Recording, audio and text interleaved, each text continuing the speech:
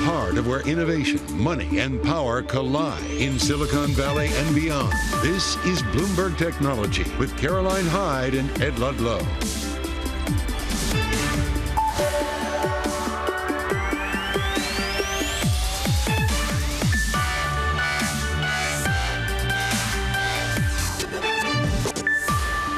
I'm Caroline Hyde at Bloomberg's World Headquarters in New York.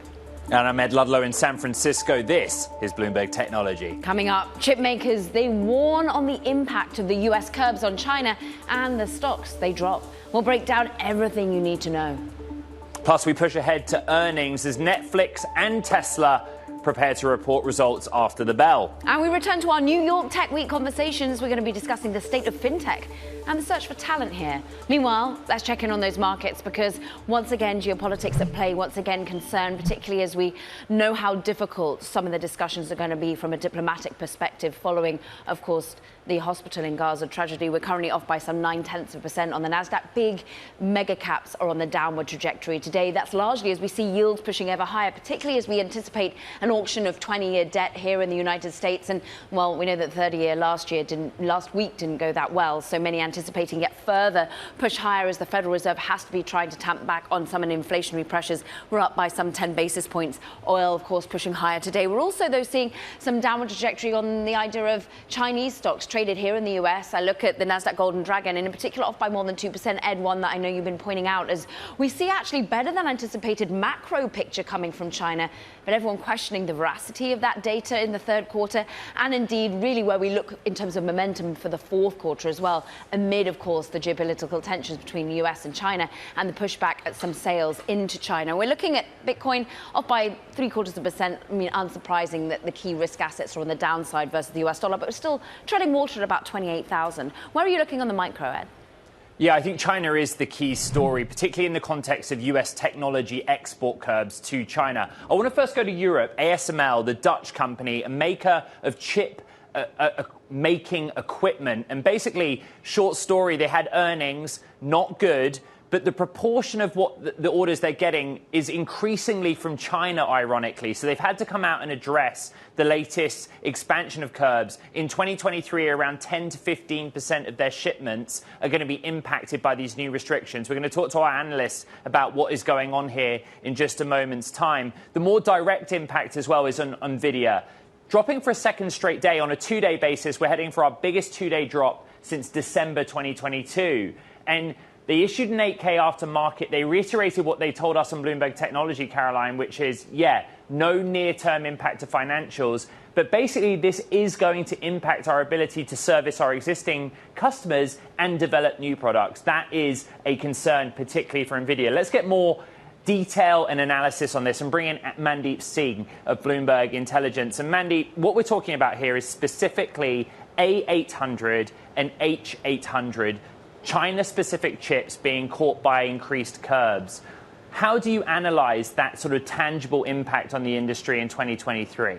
Yeah, look, I mean, we know China revenue is about 20% of NVIDIA's overall revenue, and there is likely some pull forward of that revenue given this wasn't a complete surprise. You know, we're talking about these curbs and ban. I definitely think there was a pull forward element, which is why the company is probably saying there won't be any near-term impact. But down the line, you have to ask yourself, about the customer base of NVIDIA's chips. And it's mostly the hyperscalers. Hyperscalers are about 50% of all the buyers of these GPUs right now. And there are 2 or 3 big hyperscalers in China.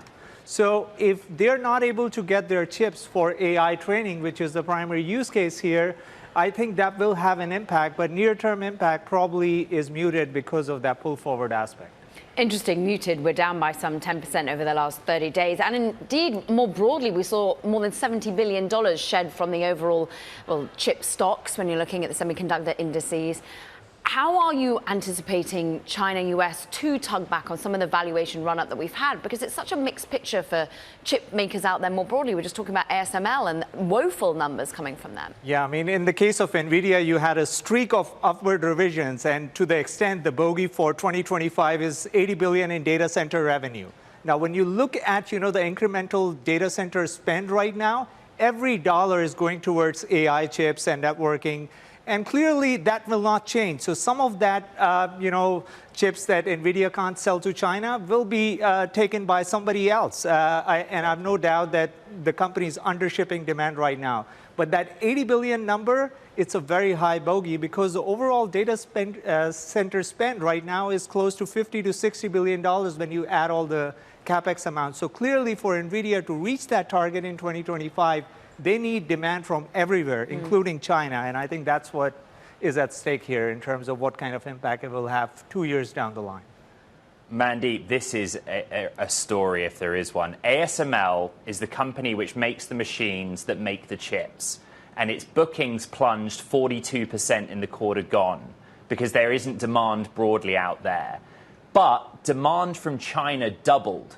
In other words, proportion of orders for chip-making equipment from China doubled. And yet, in that same 24-hour period, this company learned about expanded export curbs on chip-making equipment. How complex is that? Explain it to us. I mean, look at the supply chains right now. So the fabs are all based in Taiwan. The assembly is being done in China. So clearly, it's not a surprise that your latest end equipment is being needed in China because they want to, keep doubling down on their ability to assemble and manufacture a lot of these chips. But at the same time, I feel the big driver for a company like ASML, or for that matter, the semi-cap equipment complex, is the diversification aspect geographically. And every government right now is trying to make sure that they have local semi-fab manufacturing. And they want to get those equipments in the region where these companies are operating. So long term, I do think the drivers are there for equipment companies, especially EUVs in the case of ASML. But near-term dynamics, obviously, you can't take China out of the equation given all the manufacturing is being done over there. Fascinating that ASML CEO actually said, our Chinese customers say we are happy to take the machines that others don't want at the moment. It's just a question of how long they can actually be shipping them there. Mandeep Singh, always great to have him on, of course, from Bloomberg Intelligence. And look, this picture is a difficult one. We heard from the CFO of ASML really talking about a very dynamic macro picture coming from China. So let's get into that picture a little bit more with Amy Selico, a partner at Albright Stonebridge Group, which is a part of Denton's Global Advisors. And your expertise is needed here because there are so many clouds, whether it be geopolitical making, whether it's the US pushing against shipments to China. And then there's, of course, the Chinese economy, which can't really get a clear read on. Start with the economy. How much do you think demand is there for technology from international imports right now? Oh, demand is huge because that international technology is so important for China to continue to push its economic recovery. Good news coming out from China, as you saw with the Q3 numbers beating expectations, 4.9% growth in Q3. But it is a slowing economy, and the recovery is far from certain if China doesn't have access to that technology. Clearly, investment is going to continue to be in technology to try to have indigenous technologies replace this uncertainty around access to global technology. But in the very short term, of course, Chinese demand is going to continue to be significant for these technology imports. Amy, let's head over to China. The Belt and Road Forum, President Xi kind of made this thinly veiled comment, directed at the US, I'm sure, that downplaying basically how much emphasis you should look at the progress and development of others and the risk of economic interdependence. I'm assuming that President Xi was talking in the context of technology and technology exports. Are you worried about the sort of posturing on both sides here? Well, certainly, absolutely. For all the clients that we serve, it is a significant worry about where are those geopolitical risks going in the wake, of course, of what's happening in Gaza right now. The fact that Russia and China's leaders are together in Beijing right now, as the president, of course, is in Israel, and then we'll come back to the United States to welcome the leadership of the European Union here. And so there are these discussions about how geopolitics are impacting interdependence. And I think that is what President Xi was getting at in that reference. He, of course, is celebrating a 10-year anniversary of the Belt and Road Initiative, welcoming foreign leaders from a number of countries, representatives from more than 130 countries, and so trying to tout the relevance of China on the geopolitical stage at the same time that obviously the US and China disagree on some fundamental issues. And while communicating again, and that's a very positive thing, we're all waiting to see what that communication does. Will it stabilize the relationship, or is it only a temporary lull as the relationship continues to get more challenging because of these export controls, because of the US and China disagreeing on issues around Ukraine, around the war that Israel is waging against Hamas right now, and other issues around economic interdependence. Something that Xi Jinping is worried about too, but again, in the short term, he needs that technology input from American companies and others into China.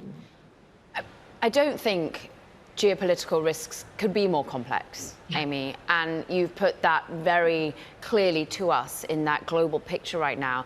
Talk to us about the clients and companies that I just think of. Arm CEO, for example, a company recently listed here in the United States. It's UK based, it's international in terms of its focus. And the CEO, Rene Haas, was at a conference yesterday just saying, look, this is so difficult to be able to just cut off the technology from flowing into the China. And he says it's a very hard problem to solve, just coming up with a list of components that are deemed critical and applying some sort of kind of guidance against it. How difficult is it for your clients to navigate this right now? It is harder than ever, that's right, Caroline, because companies are trying to gauge where are there truly national security-based restrictions that are impacting them because of policies in Beijing, as well as policies here in Washington, D.C. And they have to navigate both of those issues. You're talking about ASML, NVIDIA, other companies that are worried about policy developments that are going to, in some ways, constrain, in other ways, open up different opportunities for them to continue to grow. And so in Beijing, the policy restrictions are we just in the short term able to continue to sell our products until China indigenously innovates its own competition to our products? And so you can't have confidence in the long-term outlook for continued growth in the China market. And then, of course, in Washington, the impact of yesterday's announcements, how will that impact these companies' abilities to continue to gain global profits that they put into global innovation that are derived out of the China market? And so, yes, companies are trying to balance these issues of significant national security concerns that are coming not just out of one country, out of multiple capitals. I'm mentioning Beijing and, of course, Washington, but we're hearing these same concerns coming out of Brussels, Tokyo, elsewhere. And so companies just have to balance these issues and try to advocate for the need to continue to promote sales that aren't impacting national security in global markets, so that they continue to innovate and remain global leaders like NVIDIA, ASML, others really are. Amy, let's end on the data. You know, it's a critical consumer electronics market. There are hyperscalers there. GDP came in 4.9%, just below Beijing's 5% target. Give us your Chinese economy scorecard based on that data. Well, China is, I think, in some ways relieved that they're seeing consumption resuming on the ground in China. Now, this is short term, and nobody is finished being worried, least of all Chinese policymakers, who are going to continue with stimulus in order to get this economy restarted again, meet this around 5% growth target for this year, looking at next year being even more challenging. But maybe we're looking at December, Ed, for what the Chinese government says about continued stimulus in 2024. But just a reminder, putting more investment into the economy just adds to that debt to GDP ratio. And so it is not a long-term solution. Chinese economists are saying that, so are international economists, that China really needs to empower its consumers to continue to spend by investing in programs that will help consumers be less worried about that outlook for the Chinese economy. That's going to be a difficult equation for China to manage.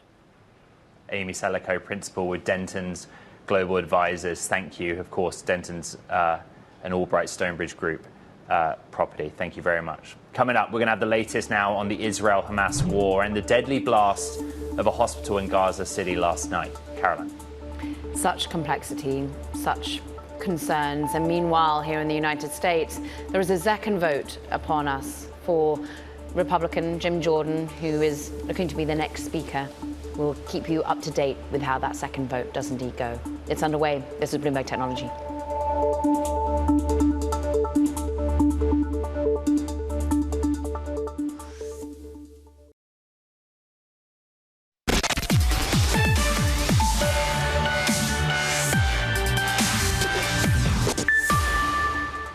I was deeply saddened and outraged by the explosion at the hospital in Gaza yesterday. And based on what I've seen, it appears as though it was done by the other team, not you.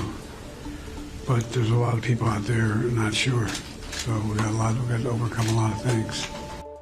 US President Joe Biden there expressing his outrage at the explosion of a Gaza City hospital on Tuesday night. They killed hundreds. Now, he was speaking during a bilateral meeting with Israeli Prime Minister Benjamin Netanyahu in Tel Aviv. We want to bring in now Joe Matthew of just how difficult diplomacy always is. And it's just got an awful lot tougher. Can you just bring us up to speed with where we are with his trip at the moment to the Middle East? Well, you just framed it perfectly. This is an incredible test for President Biden, and it just got a lot harder in the last 24 hours. The news of this blast, he's really taking a decided posture on this to say that data from the U.S. Defense Department shows that this, in fact, was not the responsibility of Israel, but was a missile sent from a terror group in Gaza. He said that in a couple of different occasions today. But let's remind ourselves, this was supposed to be a multi-day trip throughout the region. And following that blast at the hospital, a summit of Arab leaders was canceled in Jordan. The president's going to be heading back to Washington tonight. So the stakes here are very high for Joe Biden. The stakes are, it was also announced $100 million in aid to both Gaza and the West Bank. Just tell us how ultimately we're able to see aid flow at the moment when we're looking at a House that's going through a second vote to try and find a speaker. Well, it can't, is the fact, and that's why there's a great sense of urgency behind this vote. It just started a short time ago. Jim Jordan again is up for a second round and is not expected to win this round, and there are questions about what happens after that. The White House is putting together a massive supplemental budget request, $100 billion for not only Israel, but also Ukraine, Taiwan, and border security, to try to give lawmakers no opportunity to vote no, because one of these things will be, of course, if not more of them, an important element to any Democrat or Republican. But there's got to be a speaker. And at this point right now, it's unclear who will hold the gavel and when. And I'll remind you, 1 month from today is when the government is set to shut down. That also cannot be managed unless this speaker fight is resolved. Joe Matthew, we thank you so much of Bloomberg. Meanwhile, look, coming up, venture capitalist Mark Andreessen, well, he's actually calling upon for action entirely across the technology sector. We're going to have more on his manifesto, in which he calls for an advance to humanity. This is Bloomberg Technology.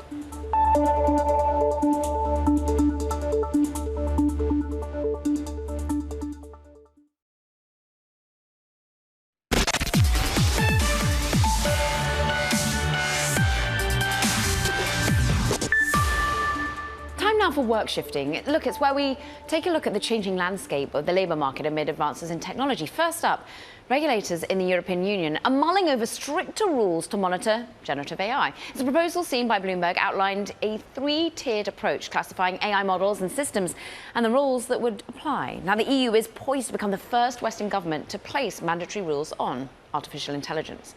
Meanwhile, AI startup Inflection AI wants to limit the role of chatbots in voting in elections. Pi, it's the company's chatbot, won't be allowed to advocate for any political candidate. The company is hoping other firms will make their chatbots do the same. Plus, get this, a whopping $17.9 billion has been poured into AI startups so far this year. That's according to PitchBook data compiled for Bloomberg. The value of funding for AI companies climbed 27% globally compared to 31% dip in overall deals for startups, Ed. All right, this is a newsletter that the world pays attention to. Celebrity venture capitalist Mark Andreessen is issuing a new manifesto to highlight how technology can advance humanity's achievements and flaws. In a blog post that he published earlier this week, Andreessen says, quote, "The only perpetual source of growth is technology. Give us a real-world problem, and we can invent technology that will solve it." Let's go deep on this and bring in Bloomberg News VC reporter Katie Ruth. What I just said, it's just true. When Andreessen puts out one of these blog posts, it's shared endlessly on social media platforms and debated. Just outline Andreessen's argument in this latest academic exercise. Sure, yeah, you're right. He's definitely good at getting attention, and he's done this several times over the years. He's done one that was called Software is Eating the World. He did one it's called It's Time to Build, and now he's done this one. And, you know, it's always a super bullish case for technology, which makes sense. He is a technology investor, and it is his job to see the future and make these bets. He always includes some zingers and some very controversial statements in there, which I think, of course, help it get more attention. I think at the end of the day, what you should look at this as is marketing. He's trying to get attention for his firm, Andreessen Horowitz, and get an edge on some of these startup deals that he's trying to get access to. It's also, though, a pushback against regulation, right? He's trying to speak to policymakers with 5,200 words where he says a deceleration in AI will cost lives. Do you think it will in any way stoke policymakers to pull back on the regulatory endeavors? Well, he's certainly a leading voice in the venture capital industry, and so if they're interested in hearing from the industry, he's probably one of the people they'll talk to, but I'm sure they would talk to an array of perspectives. I mean, he's always taken a more libertarian point of view. Not everyone in the tech industry has the same political philosophies as he does, but he's on the board of Facebook. He's always been kind of vocal about being anti-regulation, anti-anyone interfering with anything that the technologists want to do. Yeah, exactly. And so, this is just par for the course for Mark Andreessen. Katie Ruth, great to have such VC expertise in the house today. We thank her. Meanwhile, coming up, look, we're going to turn to Tech Week here in New York. Sit down with the fintech firm Aurum, as well as the chief economist at Indeed's hiring lab to just talk about talent here in the Big Apple. Ed, you got some updates on Washington? Yeah, let's go to live pictures of the House Speaker vote, which is underway. As it stands, Republican Jim Jordan lacks the votes to be elected. That's after 5 GOP defections. The vote and Speaker bid by Jim Jordan is ongoing, and we will keep track of that process here at SF in New York City and DC. This is Bloomberg Technology.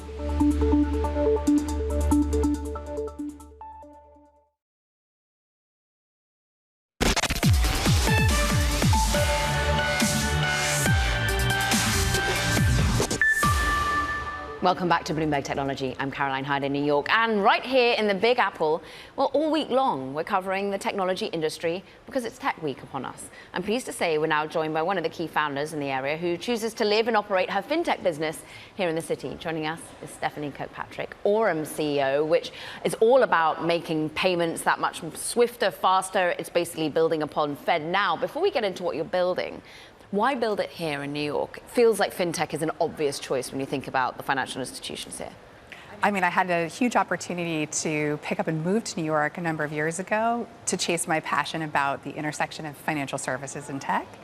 And here we are. As I set out to found Aurum, there's no better place in the world to recruit diverse talent and to live in an ecosystem where there's grit and tenacity and frankly, opportunity, in particular in fintech with what we're building. And I admit, every time I see that New York skyline, I think, wow. Okay, so talk about the opportunity in terms of who wants your products and what sort of products they want to be. Because you've been at plenty of other startups. I mean, I think of Lenvest. That was a great exit, sold to another financial institution.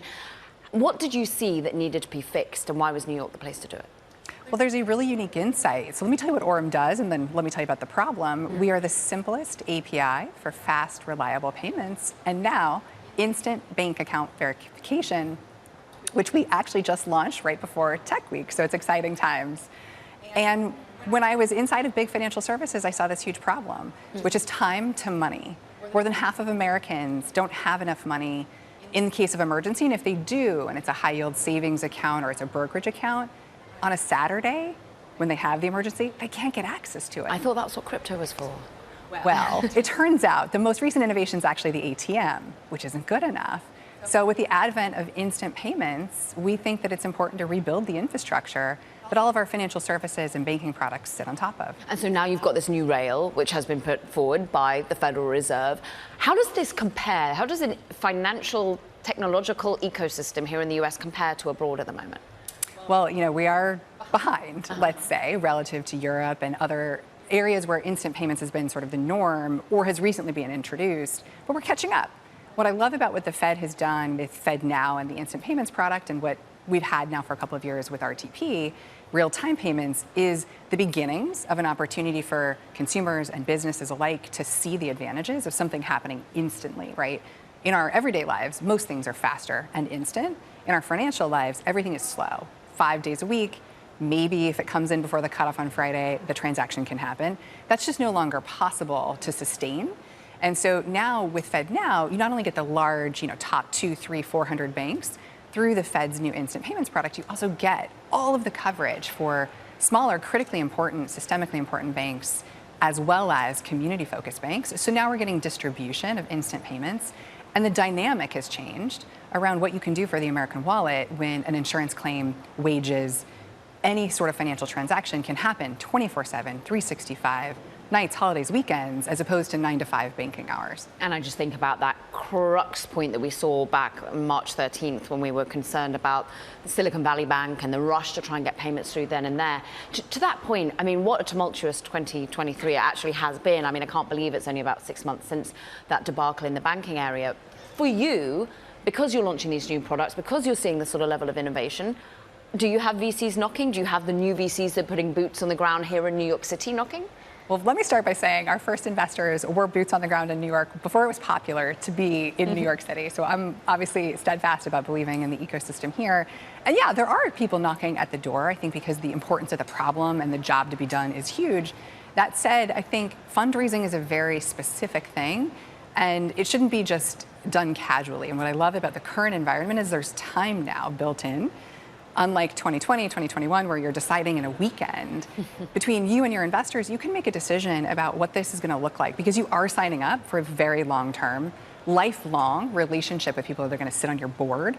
And we've endeavored to have our board be at least 50% female. We've endeavored to have our rounds focused on having representation for female and underrepresented investors. And so I can't rush that process. Despite interest in the current environment, I think it's really important to establish incredibly good relationships so that when you say, let's handshake and put capital into a business that's growing, you know that you're doing it in a way that's designed to fuel the next chapter and not just because that's what the environment is promoting today. Okay, interesting. So you've got a real focus on a diverse board. I'm sure you've therefore also got a real focus on diverse talent. Is the talent, from a tech perspective, more diverse here in New York? Or do you look to hire in New York? Do you look to just be sort of agnostic as to where your people sit?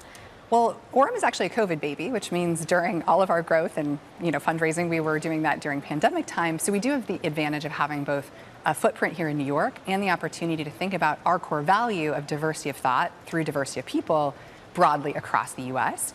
I think the diversity of talent here is exceptional because people come to New York for some of the world-class engineering programs and design programs that are based right here in Manhattan. And as a result of that, you have not only talent that's rolled out of other successful, well-built companies that want to go back into earlier stage companies, you also have an influx of folks with engineering talent coming out of the education system. And because New York is already such a diverse place, that naturally creates a population of opportunity. But I think we would be remiss in not looking broadly where we can find the most diverse talent to build, frankly, the best team. And that doesn't always have to be from Stanford or Harvard. Diversity and obviously incredible talent comes from everywhere. Well said. Stephanie, it's great to have you here in the building. She's got a whole load of other events to run off to.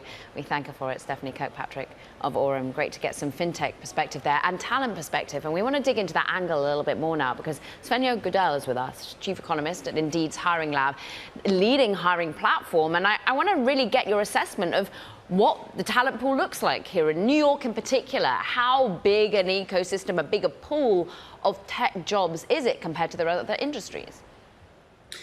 Overall, I think New York is unique in that it has a larger share of tech jobs than we're seeing for the nation as a whole, roughly double. But keep in mind, tech jobs still make up a relatively small percentage of overall jobs. In New York, roughly 5% of all jobs. Svenja, AI has had a pretty dramatic impact on cities around the world, frankly, you know, from a sort of wealth creation standpoint, job creation standpoint. Caroline and I sit there and look at some of the job postings and the salaries on offer here in the Bay Area as an example. Do you see that happening in New York as well, where there is a fight for talent and they're paying over the nose for it? Yes and no. You know, as a good economist, I'll tell you the one hand. On the other hand, I think taking a step back and looking at tech as a, you know, as a category as a whole, there we, particularly in New York, saw this extreme boom bust development happening, right? So we saw during the pandemic a lot of tech companies hiring fiercely, and demand for tech jobs was very high. We saw that in our Indeed job postings, and right around, you know, early 2022, we saw that demand really start to scale back. And now tech companies have right scaled. We've seen a lot of action on that front, a lot of headlines where tech companies are going through layoffs, and that particularly hits you know, software developers, engineers out there. And with that, we've seen actually job postings, particularly in the New York metro area, really take a step back. Demand has really come down quite a bit, and now we're back to below pre-pandemic levels. We're actually 30% below in terms of job postings in the New York metro area to where we were early in 2020. So we've taken a distinct step back on tech in New York. However, and this is a big however, you know, what you're talking about in terms of Gen AI jobs, they're really booming. What we've seen there, and we've just came out with a bunch of research. We have a Gen AI tracker that we published, and we look at jobs that you know, really demand Gen AI skilled. So think about machine learning engineers, data scientists that can work with these algorithms for large language models and so forth. And there you see, off of a very small base, tremendous growth that you're really starting to see. There's a lot of demand there. And yes, you're absolutely right. Those jobs are getting paid very well. And there's a small pool of people that have these skills to be able to work with these models. And they're in very high demand right now. Svenja, our last guest brought the Fintech perspective, and that's an industry that we do associate with New York, given the sort of legacy finance industry there. But in which corner of the technology sector is the highest concentration of New York or East Coast jobs? You know, we're seeing, particularly in New York, we're seeing a high concentration just overall in software development and full stack engineers, and we're starting to see that pick up in Gen AI type jobs. And of course, New York has a lot of the fintech in there as well, given that it's New York.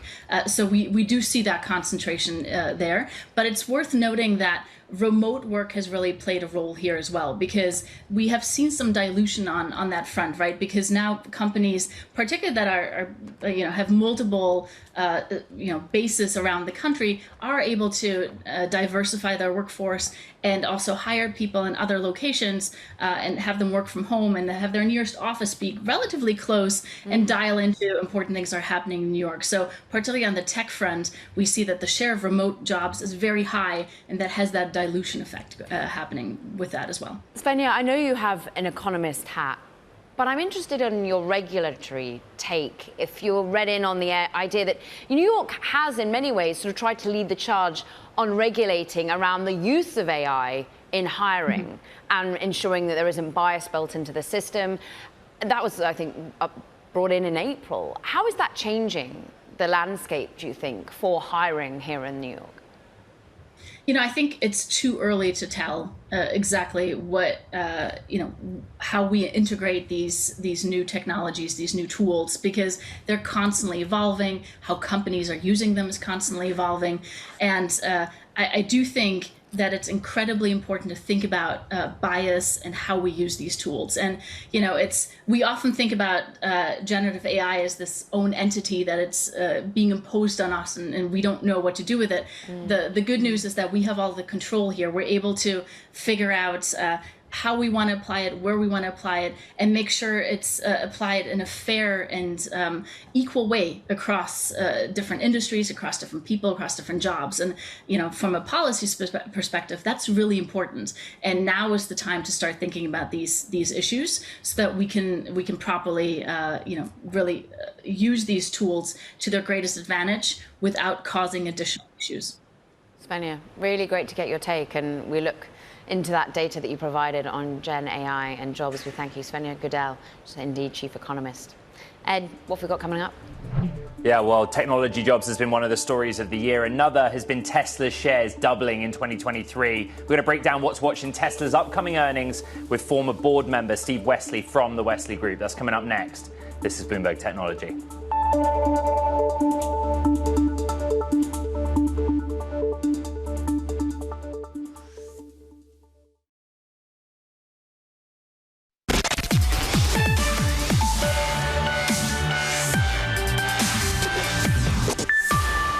Let's get into tech earnings land now. We got Netflix reporting today after the market close. So much to monitor here, from the company's push into video games, the writers' strike that's impacted all of Hollywood, of course. And still, look, the co-CEO, Ted Sarandos, thinks Netflix has some good days ahead. Just take a listen. We've a ton of room to grow revenue from here. And I'd say that we're pretty underpriced based on those kind of statistics of 10% of screen time and 5% of revenue. That was, of course, at last week's Bloomberg Screen Time event in LA, where Ted Sarandos sat down with our very own Lucas Shaw. I'm pleased to say, joins us now. And so that room to run, that revenue push, are we going to see it this quarter? Well, we'll find out in a few hours, obviously. They have spent much of this year instituting or rolling out two of their big new strategies. That's their advertising tier, which creates a lower priced option for some cost-sensitive consumers, and their crackdown on password sharing, which amounts to a price increase for a lot of people. One question on a lot of investors' minds and frankly a lot of customers' minds is whether Netflix is going to raise prices for its basic tier again. There's been some reporting to suggest they will. The executives have suggested as much as well. That's sort of what Ted Sarandos, I think, was getting at there when he said that the company or they are underpriced. Whether they'll announce that after earnings today remains to be seen. And Lucas, that puts into perspective the ad-supporting tier, right? Because it will inform that decision on raising prices. And there seems to be a micro focus on Netflix's ability right now to sell commercials and feed its ad-supported tier. Yeah, well, we've just gone through, or I think we're in the middle of advertising week in New York. One of their senior advertising executives, Peter Naylor, who came from Snap and was previously at Hulu, spoke and unveiled some new features. I think the challenge for them in advertising right now is they just don't have a lot of scale. They've taken a different approach from Disney and others. They have made it an opt-in kind of tier, which means that you can choose to sign up for it, but existing customers see no change in their pricing. And Netflix hasn't been growing fast enough to add a ton of new customers to it, but their approach is, I would say, more customer or consumer friendly than most of their peers. What about the gaming landscape? Because this was an interesting area of focus for investors too. It still feels very early. There was a pretty good piece in the Wall Street Journal earlier this week looking at the state of things with their gaming. They've commissioned a ton of games. They've released a lot of games. We have yet to hear of any Netflix game that's been a big breakout. They've been very cautious in their language around it. They're talking a lot about this sort of walk, crawl, run language that they like to use. My guess is that we're still a few years away from seeing anything meaningful from them in games. All right, Bloomberg's Lucas Shaw, thank you very much. The other big name after market is Tesla. The stock down 4% in the session, but remember, it's up more than 100% year to date. Tesla's margins rapidly eroding, raising doubts about the viability of maintaining its sales growth after the EV maker started waging that price war. I want to bring in Steve Wesley, Wesley Group Managing Partner, but also, of course, a former Tesla board member. Steve, the equation for Tesla has been really simple. They're happy to sacrifice the bottom line, cut prices, impact margins, but maintain 50% annual growth. The question for investors is how much profit erosion they're willing to take. What do you think the answer is? Well, right now, they're just grabbing market share. So look, this was a slow quarter. They delivered 435,000 vehicles, down from a record 466 in Q2, $24.3 billion in revenue, on track 35% year-over-year growth, and $100 billion year. That's not bad. but expect Tesla to come roaring back in Q4. Most people don't realize they've cut prices 25% in 2023, and they're still profitable. So our margins compressed, yeah, but you can now buy a Model 3 or a Model Y for roughly $32,000 to $34,000 after rebates. That's less than the average gas-powered car in America. So Tesla's currently selling 50% of all EVs in America. That's more than everybody else in the market combined. I think they're going to have a record Q4 deliveries, probably close to 550,000. It will be big, at least 1.8, 1.9 million units for the year. But the big question is, can they hold off BYD and the Chinese makers? That's going to be the big smackdown. I hear your big question. I raise you one other big question. Is Tesla a car company, or is Tesla a technology company? And what we're writing about on Bloomberg today is automotive gross margin forecast to fall from around 28%, which is like tech margins, to 19%, more in line with traditional car makers. So here's the answer you may not have expected. Tesla's a car company. It's absolutely a tech company, the leader in selling over-the-air software, new features like autonomous driving, but they're also an energy company. And it is should be no secret or surprise to anyone that the two dominant leaders in the EV vehicle world, and every auto company is going electric, make no mistake, the two leaders, Tesla and BYD, are also energy companies.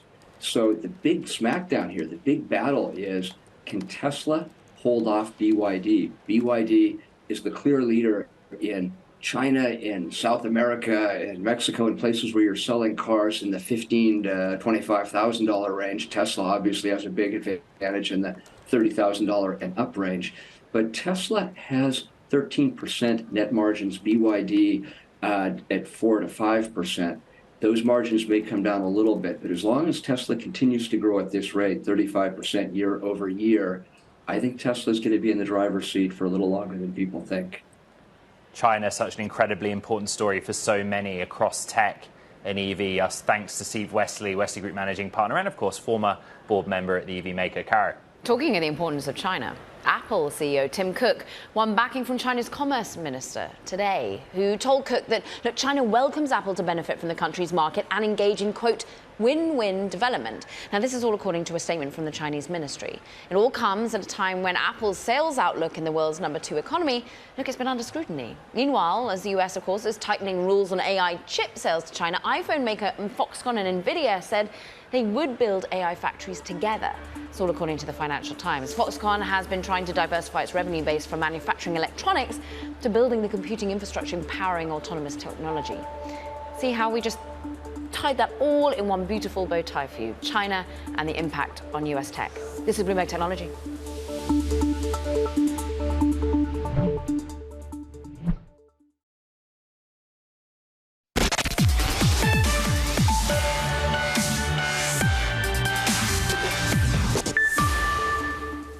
The social network formerly known as Twitter, it's just begun testing a $1 per year subscription fee for new accounts on the web that want to post or interact with other users. Now, the company says the measure, which is called Not a Bot, has the potential to reduce spam, automated bot accounts, and manipulation of its service. Ed, this is all, of course, happening overseas. New Zealand, one of the test beds, the Philippines as well.